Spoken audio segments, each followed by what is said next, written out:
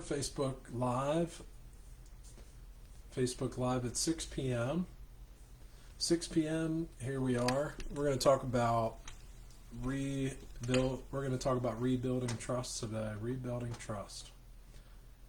So I'm just going to wait just a little bit for some people to get on here, and we're going to talk about rebuilding trust. And specifically, we're going to talk about 5 things that you need to be able to rebuild trust.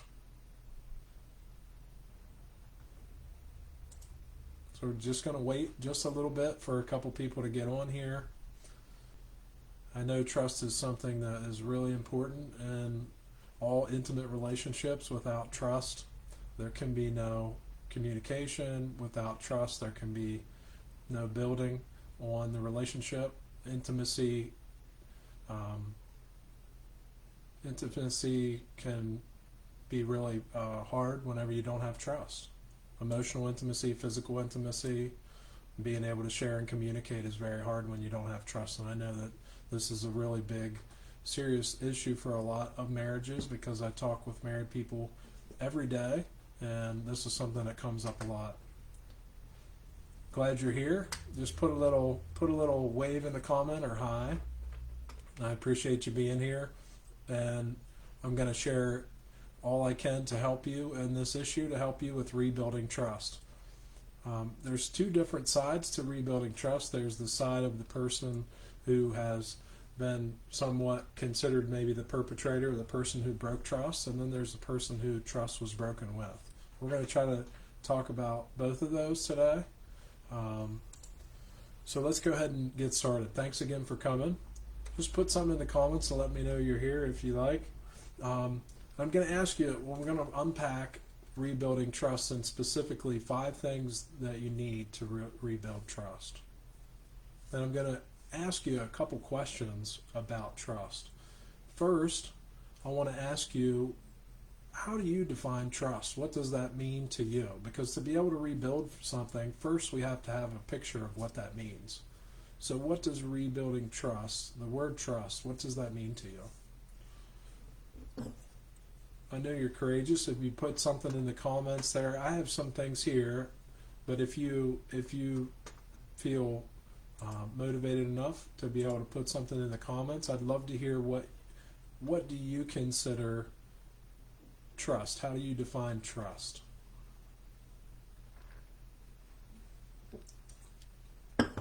Put something in the comments there what you feel would be your definition of trust. And I have a couple things here. One thing for sure is trust is safety. Those 2 words, whenever you feel safe enough with somebody to be able to share something and be vulnerable, that comes from trust. A belief in somebody's ability, or belief in someone's care for you, is another definition of trust. It's like a certainty and assurance in a person that they're going to protect you and keep you safe, and think about you before they make certain decisions. So that's a couple of definitions of what trust is. So when I say the word trust, some other words that come to mind that somebody's sharing here. Let's hear. Being able to trust, being able to relax whenever he goes to work and not worrying that he's doing something he's not supposed to be doing. I love that. Thanks for that definition. And I'm not going to use anybody's names here for privacy's sake, but I'm going to say thank you for sharing that. Sharing your intimate feelings without fear of being judged. I love that. Thank you for sharing that. That also is another great definition of trust. It's important to figure out what trust means to you specifically. That's really important, because then you can communicate what trust looks like for you to your partner, and find out what trust means to them. That's an important part. So some other words. Tell me, what are some words that come to mind when you think of trust? Oh, here's another definition for trust. Believing that my partner will follow through and do what they say they will do. That's really important in a relationship. Really important. And how does that feel if you have a partner and they say they're going to do something and then they don't. Causes a lot of, can cause some feelings of hurt, maybe anger, resentment, stress, worry, and you stop believing in them. That you don't have that belief in their ability to do these things that you feel like a good partner should do, right? And that's understandable. So we're going to talk about trust is like a ladder. When you start in a relationship in the beginning, you don't have a ladder. You're kind of putting the pieces together. You know, you're getting the long poles together, and then you try things, and you put in a step in the ladder. You put in another step in the ladder. You put another step in the ladder, and that's the ladder of trust. And you build that ladder of trust together from the beginning, and each time you hold each other safe, accountable. Somebody shares something vulnerable, something very close to their heart, and you keep them safe and help them to feel safe, and they help you to feel safe, and you feel connected. That builds another rung in the ladder of trust. And what happens is we get these years in this time, and then we've built this trust, and then something happens to break that trust. And depending on what's happened and the force of the break in trust, and how depending on the force of the break of trust deciphers how many rungs of that trust that it breaks. So we're going to get into how do we start putting these rungs back in place. And the first thing I'm going to start with, the number one thing is, it takes two. You have to have one person that's willing to own their mistake and be willing to change, and then the other person has to be willing to forgive, right? The other person has to be willing to give that person a chance and be willing to open their heart again and trust, and start to try to build that trust to put that rung up. So that's what it takes. It definitely takes two people, and if you don't have both people on board with those things, rebuilding trust, it's an impossible task. You have to have two people on board for that. There's no other way. You have to have two people on board to rebuild that trust. You have to have two people that know what trust means to them. And here's another thing. This is what it requires, is being able to, after trust has been broken, that requires setting new boundaries. It takes a plan. And sometimes that plan, some would call it a strategy, sometimes that strategy to rebuild trust it's unclear what needs to happen. And here's another piece. This is something in all relationships. It doesn't matter if it's a relationship with your kids, if it's a relationship with your parents, or if it's a relationship with your spouse, or even God. If you believe in God and you have a relationship with God, there's one important factor, then very difficult factor, that comes up in all relationships. And that is, how do we know what's our responsibility and what is the other person's responsibility? How do we know what's our responsibility and what's our spouse's responsibility? How do we define those roles and what that looks like? And that's difficult. That's not easy. And a lot of people, we don't define these things in the beginning, and that's okay. But that's why when I work with people, that's one of the things that I do. I help them to really navigate these things. What does trust look like? We really get clear on what trust looks like. How was trust broken? What do you want trust to look like? What's happening? One partner can't show up the way that you want and then follow through the way that you feel like they should to be a compatible spouse for you or compatible partner for you. So what needs to change? Is it their energy level? Is it maybe a skill set that they don't have? Are they going through shame, fear, and guilt, and they don't know how to show up in the marriage the way that is really needed for you? Is it, I love that, consistent actions will build trust. And somebody else shared something that said, Can we build trust even while separated?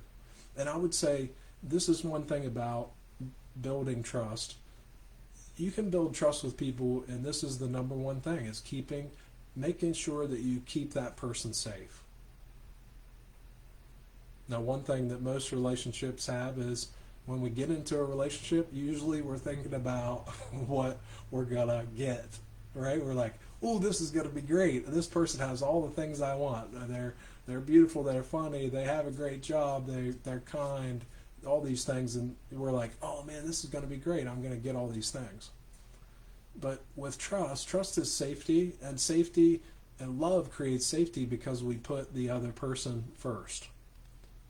And that can get lost in a relationship when another person doesn't put us first, and then we say, well, after time, that breaks trust. It's the death of 1,000 cuts, right? And we're like, well, if you're not going to put me first, then forget you, I'm not putting you first. And it becomes that tit for tat, which we've all experienced. That's part of life. We're like, well, if this person isn't going to keep me safe, then why am I going to keep doing all these things for them, right? But these are difficult things to navigate, and this is one of the things that I work with people to help them navigate all these difficult things, because when you think about trust, it has to do with communication. It has to do with past experience. It has to do with our understanding of how men and women are conditioned from their past, from society. It has to do with so many different factors that what is your responsibility and what's their responsibility? Have you defined that clearly and got agreements together? This is not stuff that we're not taught in school.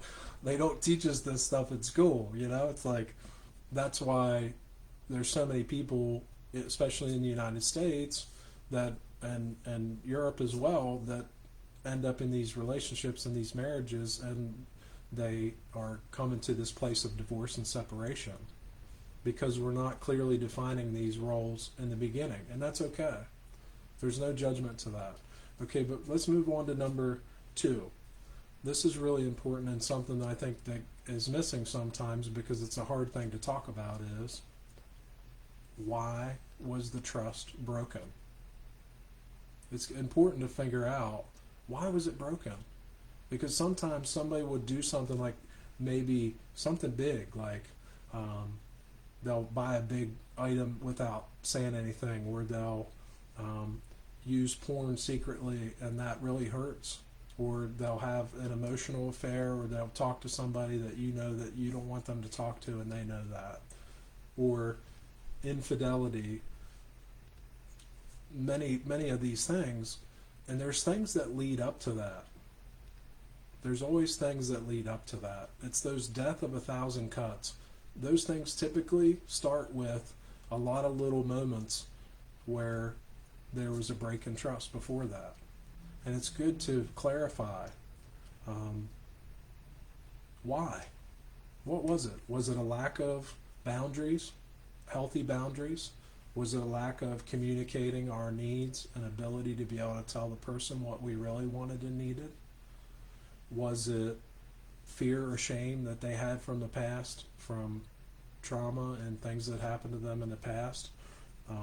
Was it because of a lack of excitement? Sometimes people are together so long, they get in these patterns, and it just gets boring, and they're like, I'm bored and I don't know how to spice it up. And sometimes people think,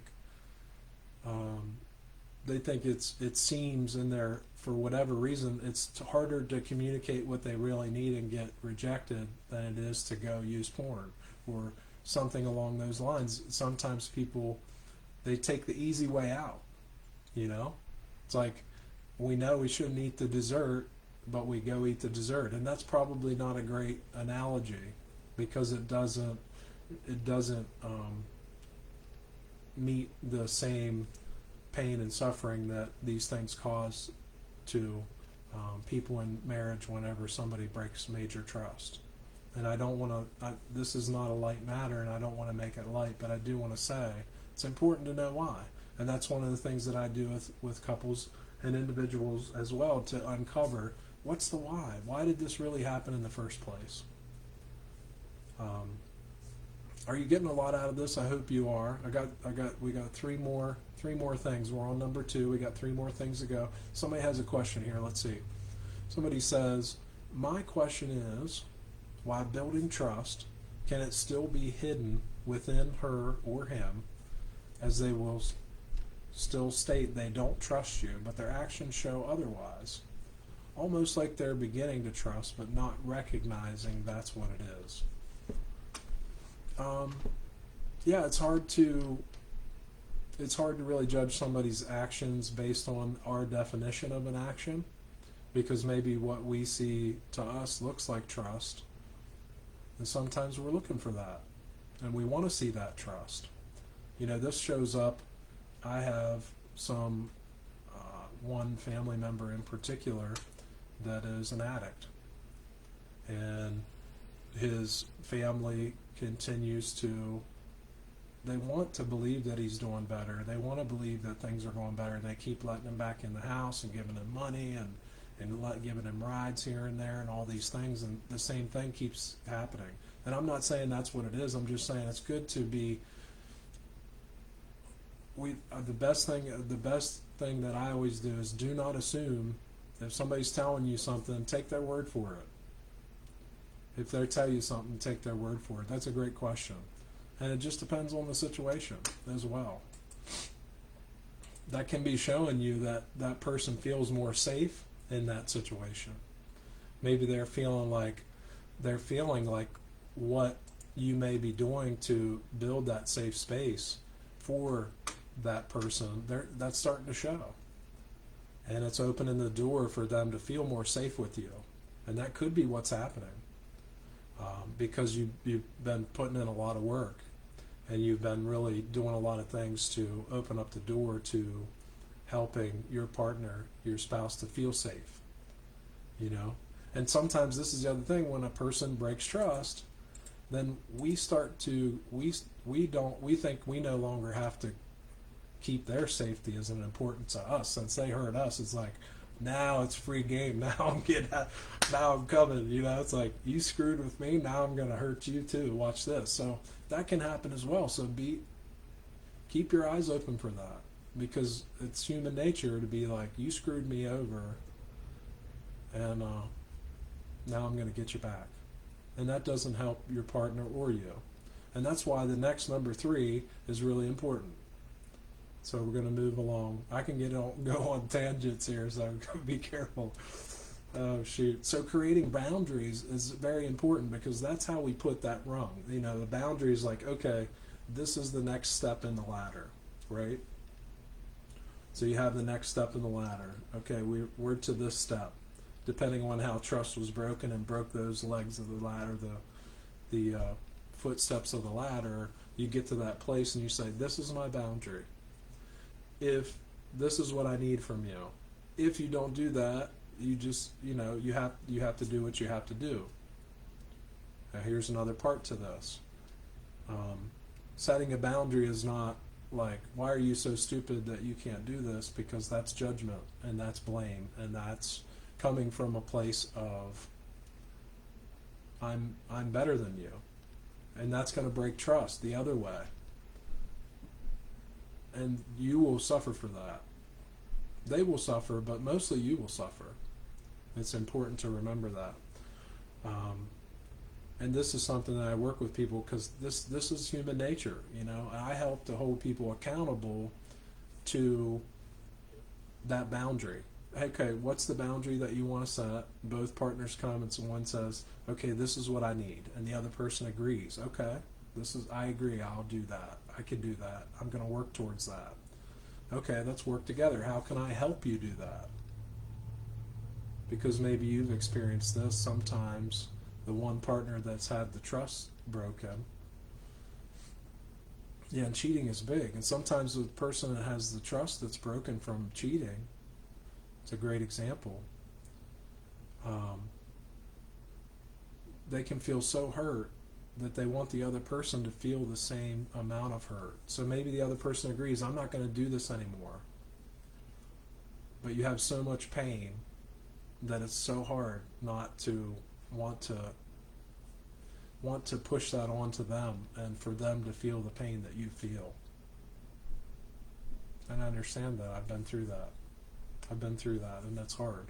But that's one of the things that I do, is to support couples to try to do their best to help maintain that safety in a relationship, because that is the most important thing, to trust. And having somebody to hold you accountable to that is really important, because it's hard to hold ourselves accountable, and our partner, sometimes that's hard for them to hold us accountable, especially when we have all this turmoil going on around us. And that's why it can be really powerful to have somebody there to help you navigate and help you go through that. And that's one of the things that I do. So let's go to after you create the boundary, that's the next step. Then, let me flip my notes here. Then, this is another important piece. With cheating or anything, we have to have a vision. You have to believe that it's possible. You have to be able to believe that it's possible that you can build these rungs on the ladder, and you can make your way back up there to that level of trust and intimacy that you had before. And you can. There's so many couples out there that have climbed that ladder after they fell all the way to the bottom, and people that have been divorced, separated for months and years, and they get back together and things work out. It can happen. It definitely takes two people being willing and to work together, and it definitely takes two people willing to make a decision to keep each other safe. Always come back to safety. That's the most important thing. So you got to believe it's possible, and if you don't have a vision for how it can be done, then it's going to make it difficult to get there. That's part of the strategy. The vision is part of the strategy. Now, I had a man that came to me, and his wife was completely checked out. She was gone. She was no contact at all. She didn't even want to talk to him because the trust had been broken. And he came to me. We worked together, and in less than 3 months, we worked together. He started creating a vision for what he wanted, and he started making some changes to create polarity in his marriage and start to take control of his own life and make some big changes. And his wife came back, and they were together, and they've been together now it's going to be going on a year soon. So that can happen, and they're continuing to rebuild that trust that was broken. It can happen. So number 5 is, this is something great to understand. Trust is broken in many ways and on many levels. And I've talked about this a little bit today, but this is important to know. There's many things that come up that lead to these big moments of, like, cheating. There's little things that led up to that, and it's important to know what those things are. Because when someone cheats, there's a reason. There's something that was going on that wasn't working for them. Maybe they weren't able to communicate it. Maybe they felt stuck. Sometimes people get in a marriage and they lose themselves. They forget who they are. You get in a marriage, you get married, then you have kids, and all these roles start to take over, and some people would do everything for their spouse, and they lose who they are. They lose their sense of who they are, who they are as a person, and they just become this role that they're playing in the marriage, and they lose who they are. And I've seen this happen as well, and I've worked with people that are going through this as well. Sometimes the partner will come to me and they'll say, like, I don't know who I am anymore. I lost myself in this marriage. Can you relate to that? I lost myself to what I thought I was supposed to be. And that can be really hard. Really hard. And I see that with a lot of the couples that I work with. And individuals. And yes, it can take one to influence the reconcile, because one person has to have a vision. You have to have somebody that has the vision for what that can be, and then the ability to convey that vision to the other person. So one person has to have a vision for where you want to go. If there's no person that has a vision for the marriage, where's it going to go? If you go in your car without a GPS and you want to go somewhere, where are you going to go without knowing where you want to go? One person that's in that car, if you have two people, needs to have a plan of where you want to go and then how to get there. And if the other person doesn't want to go, then you have to communicate in a way to help them understand why it's important and how you can get there no matter what, even if the road is treacherous, and even if your tire goes flat, and even if you run out of gas. It's like, we're going to get there no matter what, and one person can hold that vision and believe in it so much and share and have such a conviction of that sometimes that can be enough. Yes, that can be enough to get the other person to be like, okay, I'm going to take a chance with you again. It doesn't always happen because people get scared. Here's another comment, and then we're going to wrap up here in the next 5 minutes or so. I really appreciate you being here. I hope you got a lot out of this so far, and I hope that this is helpful for you. If you do ever need support on anything, please reach out. My husband communicates with me, but nothing about relationship. I don't know how to start the conversation and make him feel understood when he shuts me down every time I try to communicate. This comes up a lot. I hear this a lot. And this can be a lot with men. But not always, but a lot of times, the majority of times, this can happen with men. Men have not been taught to communicate their feelings or their needs. Women too, but mostly men. And that can be really hard. There is a way. Send me a message after this and we can talk a little bit about that. And maybe we can get a little bit more, help you get a little bit more clarity on that. And then somebody's sharing, I'm trying to communicate with my husband and he's ignoring me. And that can happen as well. And sometimes the approach, the way that we communicate is really, really important. And it's really important, especially after a long-term marriage. The partner sometimes, and they will call that, a lot of times they'll call that stonewalling. He's scared. Maybe has some fear or some worry that no matter what he says or does, that he's not going to be heard. And it sounds like you're not being heard either, and that's something that we can talk about as well. Send me a message after this, and we'll talk about that as well. Thank you. Yep.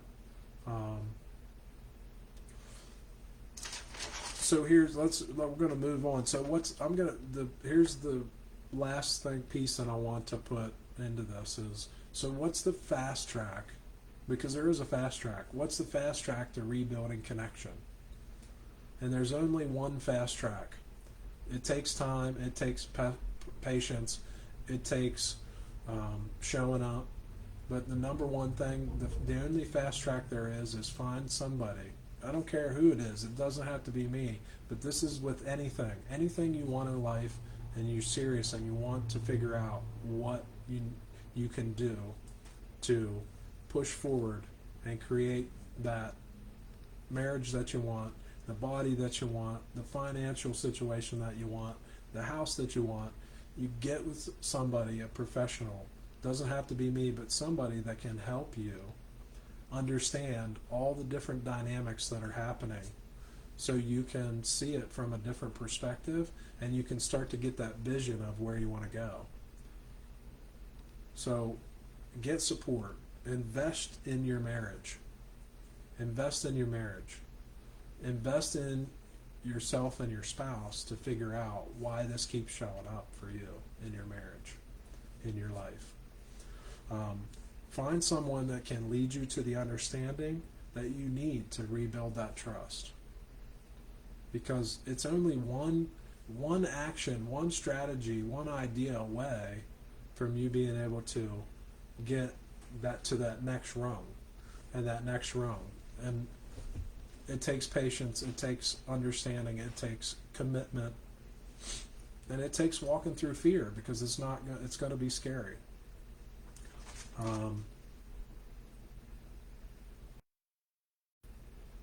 and we need somebody to hold us accountable. Whenever I wanted to lose 15 pounds and I couldn't make myself go to the gym, guess what I did? I hired somebody to help me stay accountable to that goal. And when we want to have more connection, more communication, better communication, more clear understanding of what's happening in our marriage, and so we can have that connection, it's great to get somebody to support you in that. And like I said, it doesn't have to be me, because it's really hard to do these things on our own, because it's hard to see the truth. We need somebody outside us that can help to give us the information that we can't see. We're too close. It's like when you try to read a card, even just a card or a book or anything. Say you got a book here. This is a book right here. See, okay, you got a book and you're trying to read it this close. You can't see it. It's just too close. You know, even the title's that big, but when it's right up against my face, I can't see anything. And that's what it's like in a marriage. We're so close. We're so close to it that we can't see the problem of what's right there. But somebody outside can that's trained and knows how to do that, can see that and help you. And I would encourage you to do that, because that is what is going to change your perception, your understanding, your life and your marriage forever.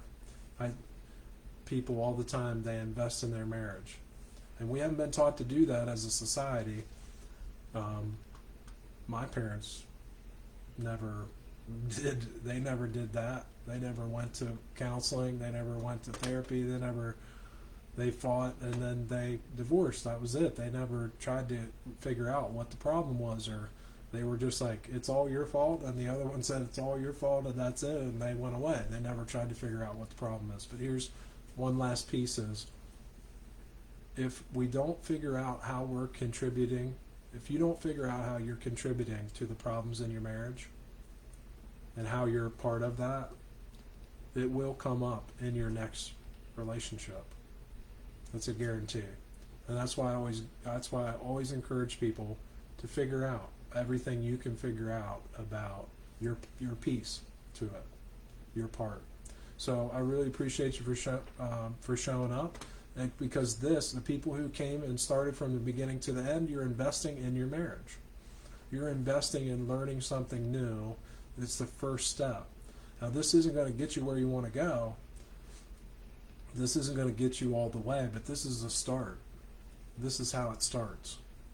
Being willing to do that every week and show up and invest your time, your money, your energy into something that you know is going to benefit your marriage. That's how you change it. That's how you change it. And I recommend everybody to do that. And if you're not doing that and you're having problems in your marriage, that's part of the reason. So, yes, please do. Yes, please do. Thank you so much. And thank you, everybody, for coming. I hope that you got a lot out of this. I really am passionate about sharing information that can be really helpful for you, and I hope this was helpful. So thank you so much. Have a great evening. I appreciate each and every one of you. Have a great night. And feel free to message me if you have any questions or if you would like to talk about something. And also, somebody had put in about the fee. The fee is different depending on the services that I provide, and I would love to talk to you more about that if that's something you're interested in. So thanks a lot. Have a great night, everybody. See ya. Bye-bye.